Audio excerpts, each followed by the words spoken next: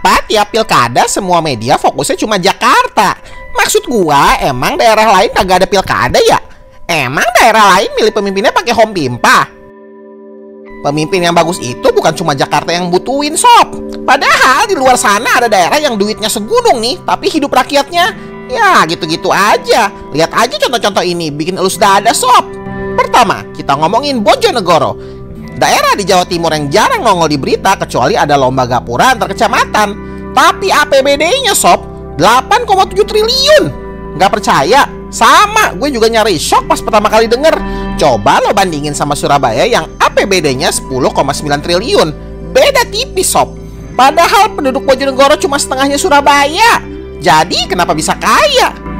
Jawabannya blok cepu, tambang minyak jumbo yang ngucurin duit tiap hari. Nah, yang bikin gue nggak habis pikir, tingkat kemiskinan di Bojonegoro tuh masih 12,21%. Duit migas ngalir deras, tapi warganya tetap banyak yang melarat. Bojonegoro ini udah kayak orang kaya yang tiap hari makan mie instan, tapi rajin jalan-jalan ke luar negeri. Duit ada, tapi nggak pinter makainya. Duit dari migas bejibun, tapi nggak nyampe ke rakyat kecil. Rakyatnya tetap aja miskin, susah dapat pendidikan, dan cuma bisa ngeliat duit dari daerahnya ngilang. Kayak jurusnya Hokage keempat, Sushi no Jutsu. Terus kita lompat ke Mimika, Papua. Ini daerah tambang emas gede, Freeport. Duitnya banyak? Oh tentu saja. APBD-nya 7,5 triliun. Populasi cuma 313.000, sob. Tapi lo tahu nggak, tingkat kemiskinan masih 14,28%. Duit emas masuk ke kas daerah, tapi rakyatnya masih berjuang buat nyari makan. Ironi level dewa. Kalau kata orang dulu kayak tikus kelaparan di lubung padi. Sekarang kita bahas Kutai Kartanegara alias Kukar. Kalimantan Timur APBD-nya mencapai 14,3 triliun. Kaya dari minyak, gas, dan batu bara. Tapi kemiskinannya masih ada di 7%.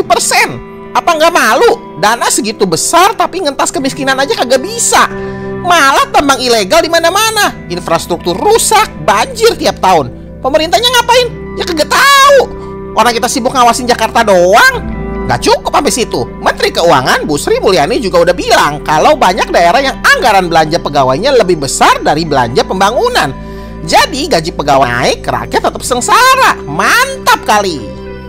Nah, yang bikin kesel, kenapa daerah-daerah ini nggak pernah disorot kayak Jakarta? Padahal duit mereka nggak kalah banyak. Masalahnya bahkan lebih jelimet. Mungkin karena di sana nggak ada gorong-gorong yang bisa bikin gubernurnya jadi presiden kali ya.